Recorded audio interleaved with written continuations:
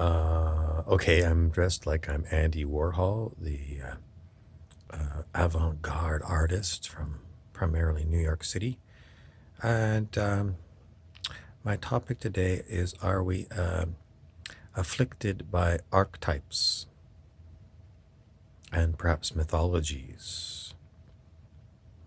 Okay, that there is a previous video I did with Colonel Serene about the dog and pony show. So you can look for that one. This one is going to be about an old-fashioned typewriter. This is a portable typewriter. You can put it in this case and carry it with you. And this is long before the days of computers, when you basically put the paper in and you could turn it up, and then if you pushed a key, the key would come up and it would bang the paper. And when you can see that the ribbon, red or black, would come up, and this key would make a hammer strike, and that's how the letter got impacted onto the paper. So young people might never have known how it was the traditional way that everything was written. I can't remember when, I don't think I ever knew when the typewriter was invented, but it's been around a long time, and before people had computers, this is what they had. And strangely, the weird keyboard system that we have, which is QWERTY, a QWERTY keyboard, is not the most fast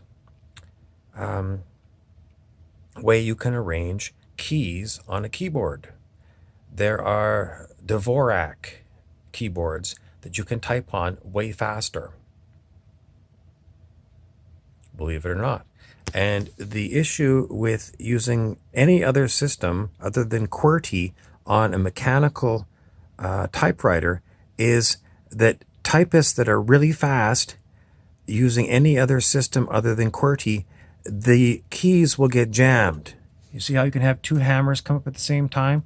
If they're really fast, one will go up and it'll be coming down, and you're already have hit the next one. And see how they can jam? So it's to prevent jamming. So the keyboard is awkward by design because it slows down typing, because it's a mechanical typewriter and it's got this issue of these keys. See how they can get jammed? And that's why. That's why you have a QWERTY keyboard to this day, and you don't need a QWERTY keyboard unless you're on a mechanical typewriter. So if you get a Dvorak one, you'll be able to type faster, because electronic keyboards, they don't care. They don't have these mechanical things that can get jammed. And that's why you have, anyway, I'm way off topic. Okay, what else did I want to talk to you about? These mechanical typewriters. The work of William S. Burrows. He was really into typewriters, and he felt that typewriters had personalities. So do you remember in Harry Potter, when Harry first got to Hogwarts, they sent him into the magical village to the guy who made and sold wands. And Harry went in and talked to the shopkeeper, and they had to go through and figure out what kind of wand was most suited to Harry Potter. And William S. Burrows said basically the same thing. It was an ongoing theme of his that different typewriters have different personalities, and that's how you and your typewriter are going to be one thing doing your creations, your written creations. And if you see different types, you could go onto Google and type in mechanical typewriters and click on images, and you'll get a bunch of pictures of IBM Selectrics. I don't know how many different manufacturers there were. IBM was really big, and just fascinating what we used to use before computers came along. But the works of William S. Burroughs are really bizarre. And if you want to see a movie, if you can find The Naked Lunch, parts of it are really perverse and bizarre, and it has to do with the typewriters. And does it have to do with mythology and archetypes? I don't know. Anyway, that's what they used to type on. And Burrows felt that these typewriters would call to him. Like the typewriter itself wanted to be typed on by a human, because the typewriter might have had a story that it wanted to get out. In traditional, like, Greek mythology, I put like in there. That's incorrect. You're not supposed to put like in the middle of a sentence. That's like something that a valley girl in Los Angeles would say. Like, too much like. Anyway, I've lost the plot here again. Like it or not, that's what happens when you go off on tangents. Okay, so I was talking about Burroughs' mythology, typewriters that want to tell a story, and Burroughs was known as a beat poet. He hung out with a bunch of gay men, primarily, and they lived in bizarre places like Mexico City and Tangier, which is in the Sahara Desert, pretty much, and various odd adventures. Are We Afflicted by Archetypes and Mythology is the title of this particular video. Why would I say that? Because I was talking about in ancient Greece, the ancient Greeks believed that the muse, who was kind of like an oracle, kind of like a god, lowercase g O-D, because there was multiple gods in Greek mythology. The muse was in charge of giving you what the story was going to be. And with Burroughs, it was the typewriter's personality that gave you the story.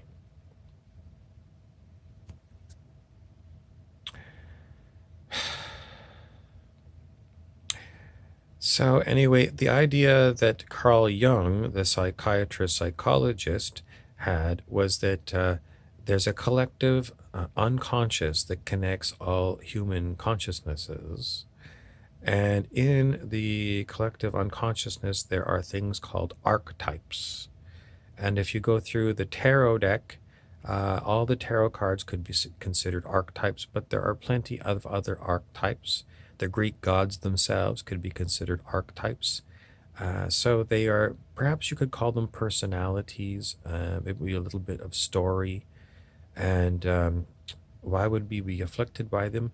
Because these go back in ancient history.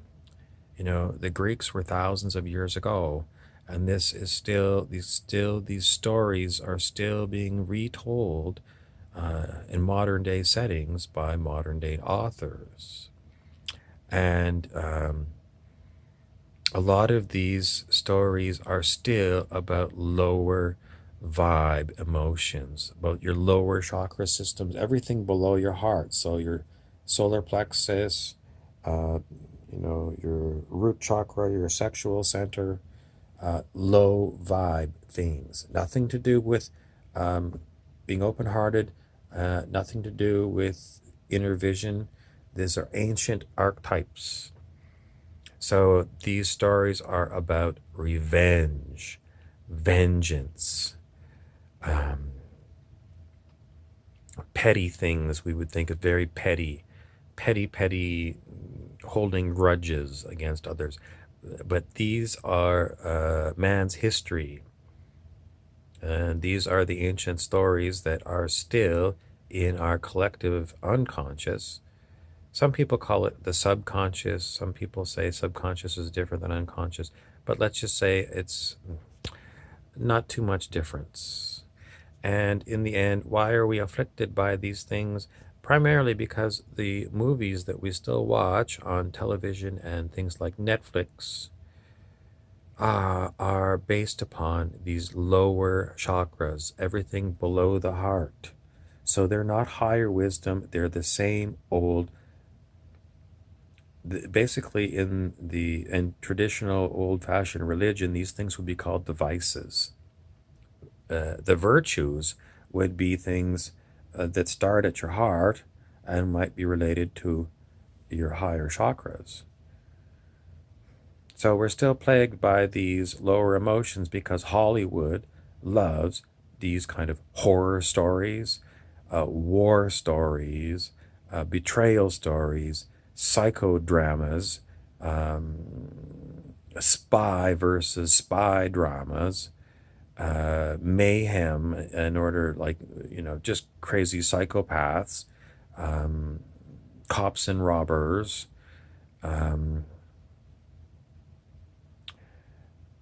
just not, they're not high vibe. They're not about too much about beauty. Although some of these movies, if they're well done, can bring some higher wisdom to these lower emotions. I don't know if I've got any good examples.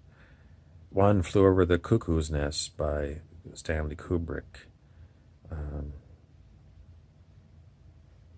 don't know. Kubrick was a strange animal, very strange. Alfred Hitchcock was a very strange animal. Is there any higher wisdom in them? I don't think so. They were mostly about teenagers going to see a Hitchcock movie and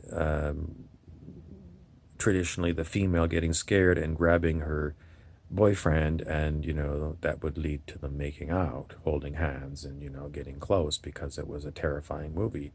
That's why people still go to terrifying movies. They're hoping that the person that they're with is going to grab them and they're going to get a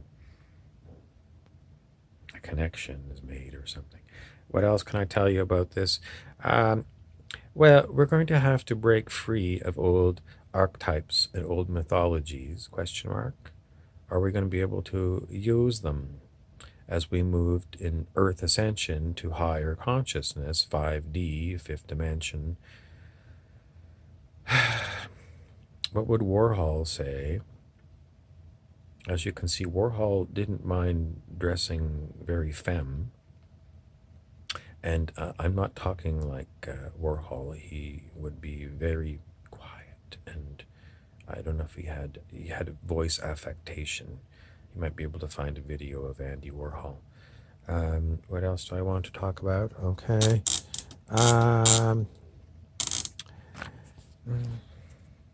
Some of the famous books that are taught in things like philosophy and political science are like Plato and Socrates, which is again ancient Greece. Are these things still useful today? When I took political science, we learned Machiavelli, which is basically how to stab somebody else in the back before they get you.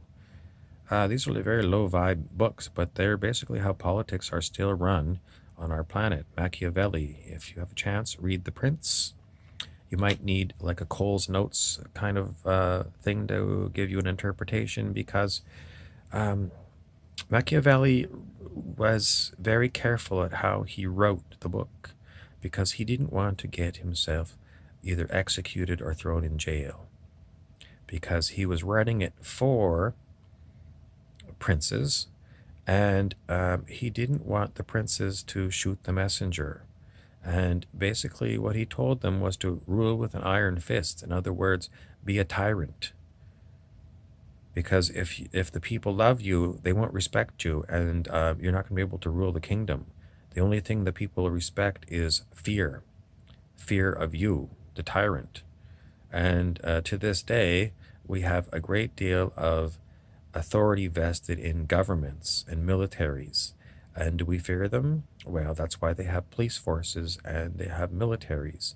They've got guns, very powerful guns, to suppress anyone who is saying, hey, I don't like the way you're doing things. So there is a great deal of force being used on societies. And it's intimidation, and it is Machiavellian. Everything is Machiavellian. And this is not 5D. This is very old-fashioned tyrants. Tyrants are basically also known as despots. They basically rule by fear and intimidation. If you were going to think of animals that rule by fear and intimidation,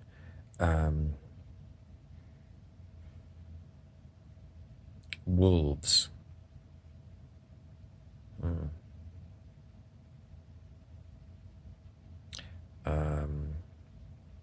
Because the wolf pack, you got the alpha male, and the alpha male is in charge of, I'm the boss. I'm the boss of the pack. Many other types of animal species have got, like, the gorillas have got the dominant silverback. Dominant means very aggressive, and, that one decides who is going to be its mate, and, who's going to be in the tribe and who's not. This is not fifth dimensional, but human society is very much like gorilla or wolf society. Strange, but our institutions, our governments, everything is based upon force and intimidation. There's no love in it. When I say love, it's not romantic love. It's called agape love. I've mentioned this before, and it is a higher love. Steve Winwood has a song called Higher Love, if you want to listen to that one on YouTube. But I'm getting sort of out of date. Death, mortality. Humans don't know what's going to happen to them when they die. And when you're young, you're very traumatized. If your grandparents die, you don't understand. And if you lose your one of your parents or both your parents when you're very young, you're incredibly traumatized. There's all kinds of fear around death. Why am I talking about it? Because, people are going to say, well, do you believe in reincarnation? Do you believe in an afterlife? It's a very difficult subject because ways for you to try and figure it out are made illegal. There are laws on the books to prevent you from taking psychedelic drugs, which will help you see what might happen to you when your body dies. Why did they make psychedelic drugs illegal? The official story is because people would take these drugs and they would go insane. The famous story was some teenager took LSD and was hallucinating and jumped out a second-story window and died. Or people show up in emergency when they go to raves after they've been taking MDMA or ecstasy. And that's why they made it illegal, because they don't want people getting sick on this stuff. So is that a good reason to make it illegal? It's logical. But the problem is, when you ban these substances, they can't be used under any circumstances. Many people that are doing research in these areas say that people who are close to death, close to physical death, and are really suffering high anxiety about dying, if you give them magic mushrooms, it really helps their transition. Why is that? Well, have you ever taken magic mushrooms? I don't know if that would help you. Really, I don't know if psychedelics, this is why people say we need to open up research on them.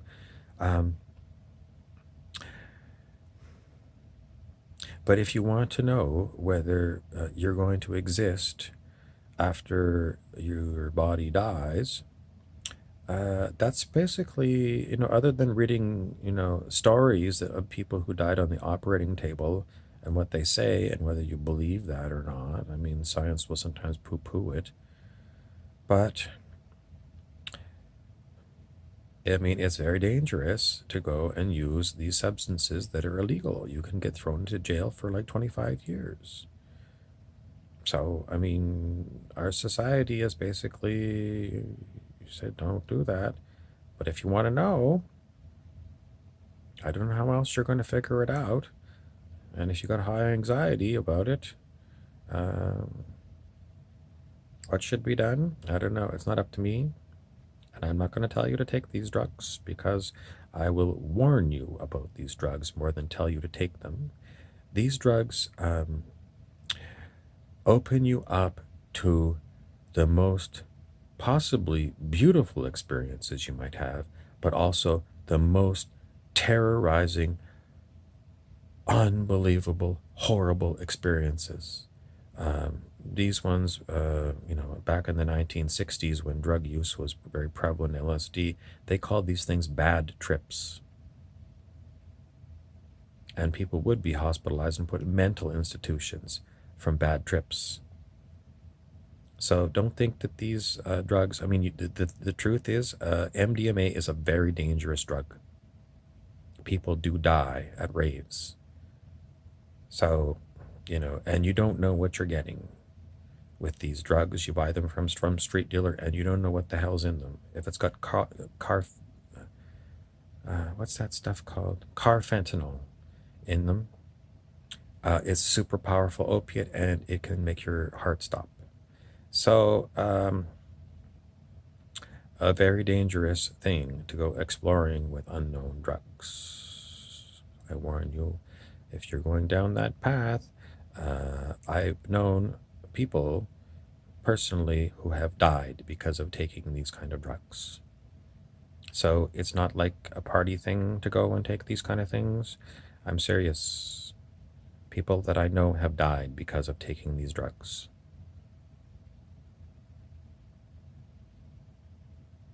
That being said, I will tell you that my personal opinion is that we are consciousness beings, and we are not dependent upon the physical body to exist. So I am telling you, in my opinion, 100% certain that we do go on after the body dies. Is it my opinion? Let's just say it's a series of weird events have convinced me and convinced me and convinced me. And,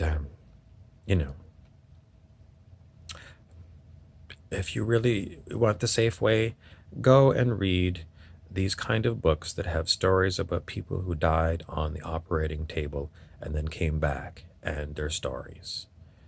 You can get a number of these books, read them. It's anecdotal evidence, but, on balance of probabilities, if you read these books, if you go with them, it should be enough for you to say it's most likely that we're going to live beyond the body. And as far as me keeping you excited about, we're consciousness and not physicality, that's a hard thing for humans to get over, because even if you take the science, your day-to-day experience is that we are physical. So I'm not going to keep going on that path. Just read these stories of dying on the operating table and come back. What else about the body? The body is very difficult to put in consciousness terms. Some people say it's a manifestation of consciousness or light or something. Rupert Sheldrake, the British alternative scientist, said that it's morphic fields, like magnetic fields are fields. He said there's morphogenic fields that are used by consciousness to create the body. I don't know. It's very difficult to try and explain exactly what the body is with regard to consciousness. The mind-body connection, you can read articles about that. You can read articles about hypnotism and how hypnotized people can do amazing things with their bodies. What else can I talk to you about? I don't want to keep going back to Dr. David R. Hawkins and his books and his videos because I keep talking about them. So instead of Dr. David R. Hawkins, I'm going to talk about Jim Hawkins from the book Treasure Island by Robert Louis Stevenson. And there is Jim Hawkins, the boy, next to Long John Silver, a man with only one leg, and that's why he's got this what do you call that? It's the thing that crutches. He's got one crutch. Okay, and in the background you can see a tall ship with sails, and you can see a parrot on Long John Silver's shoulder. But that is Jim Hawkins, And why am I talking about that? Because this is traditionally known as a boy's story, something for young boys to read. It's an adventure story, and it will, it's basically a mind game. You read this book, and your imagination goes wild, imagining all these things. It's a very romantic kind of book. It doesn't mean it's a love story. It's a romantic. It's a type of literature. It doesn't mean, boy meets girl or whatever, and, they have a romance. Romantic is more like swashbuckling pirates are romantic. It's just a kind of feeling you get from these kind of books. And this book was written, let's see if I can see. The book was written, first published in Great Britain in 1882, and it takes place before 1882, maybe 100 years, so probably in the 1700s. And if you've never read it, it's a beautiful book. Even to this day, it's a fantastic book, even for adults to read. And there are various versions of the movie. Sometimes I think you can probably find it on Turner Classic Movies. What else do I want to talk about? Jim Hawkins, David R. Hawkins. What else can I tell you about?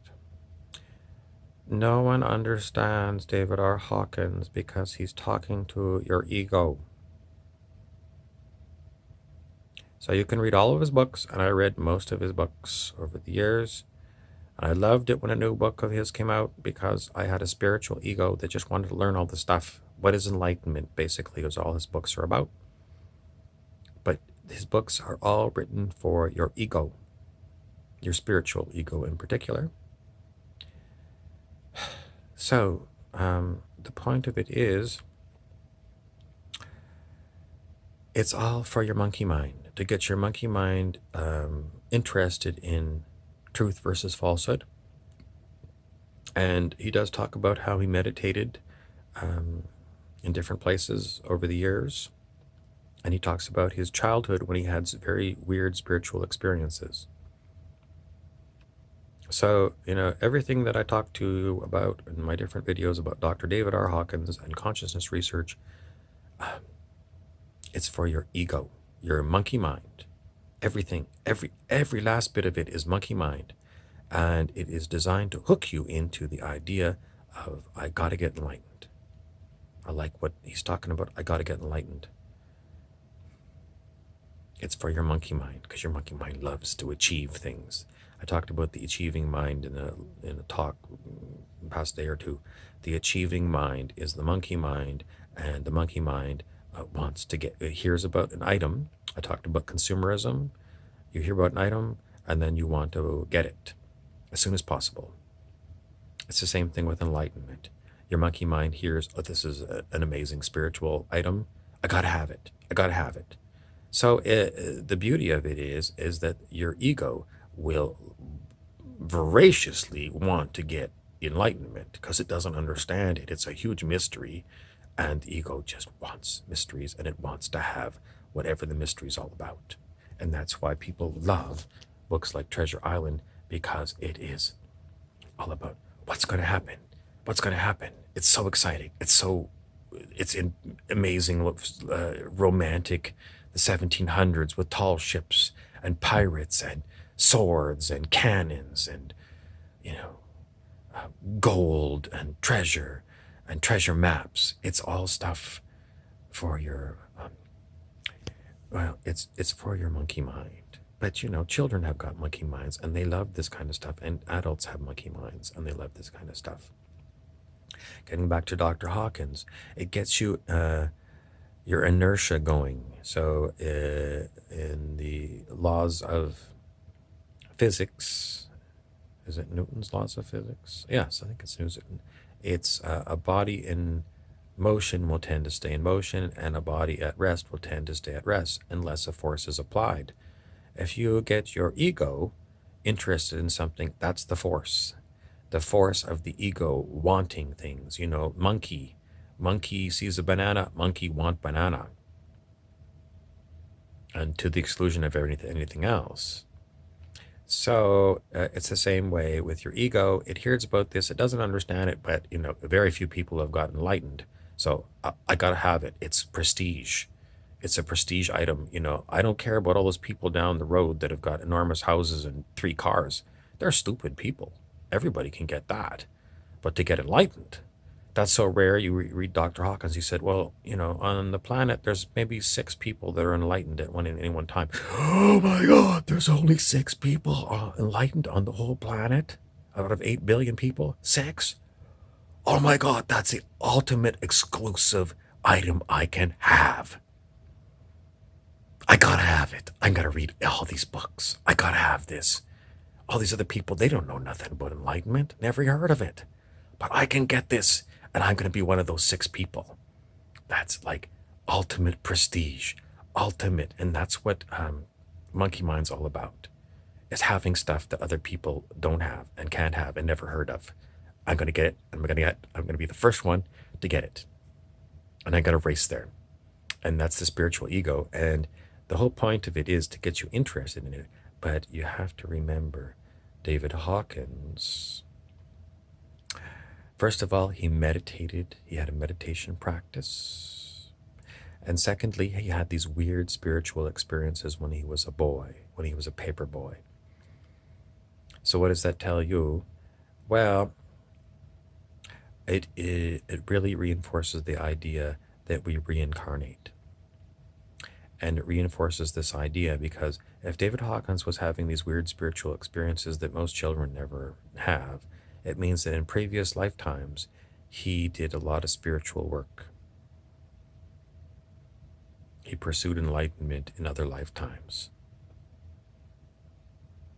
And Dr. Hawkins said, whatever your level of realized consciousness is in a lifetime, you always keep that.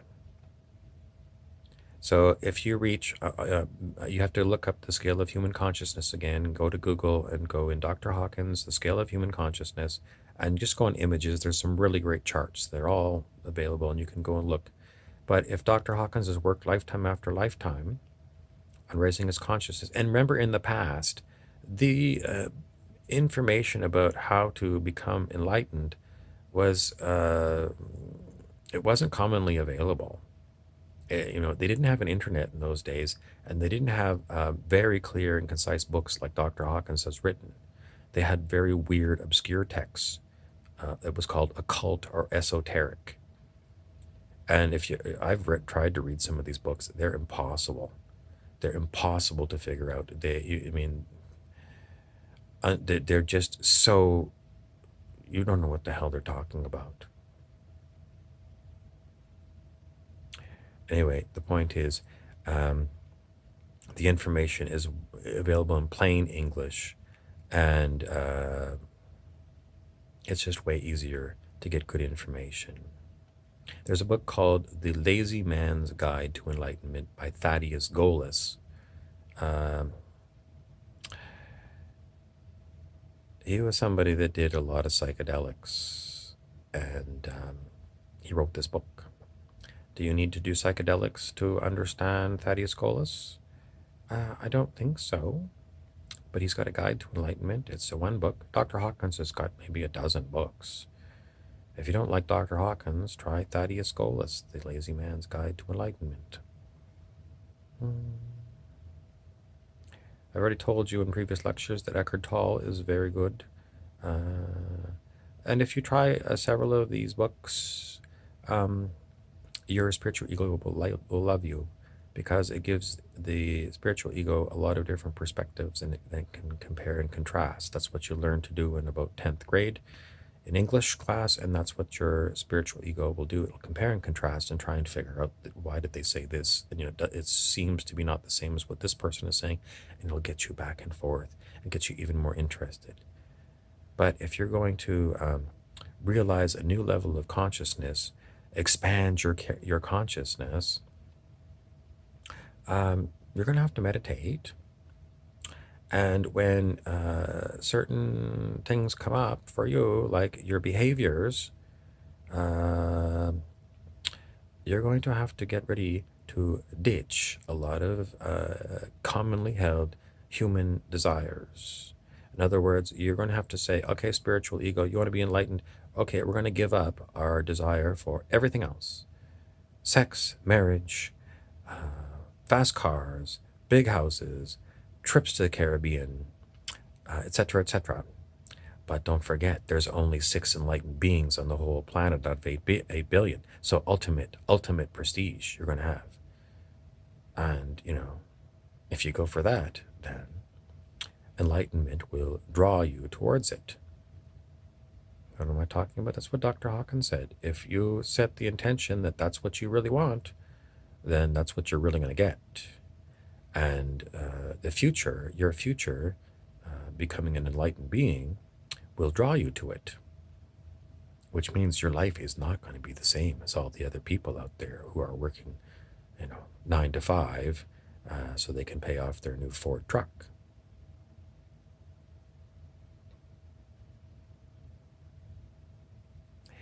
That's all I have for this lecture. I'm Andy Warhol.